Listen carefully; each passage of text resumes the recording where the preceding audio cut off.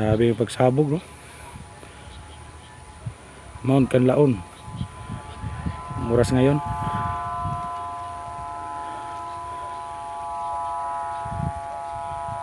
eksakto alas 3 ng hapon.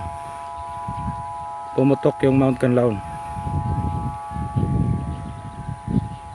December 9, 2024. Mga kasakto.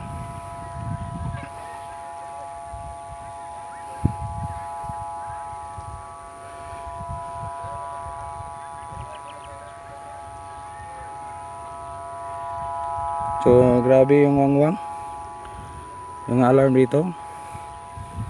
So sorry, yung ating cellphone ganun lang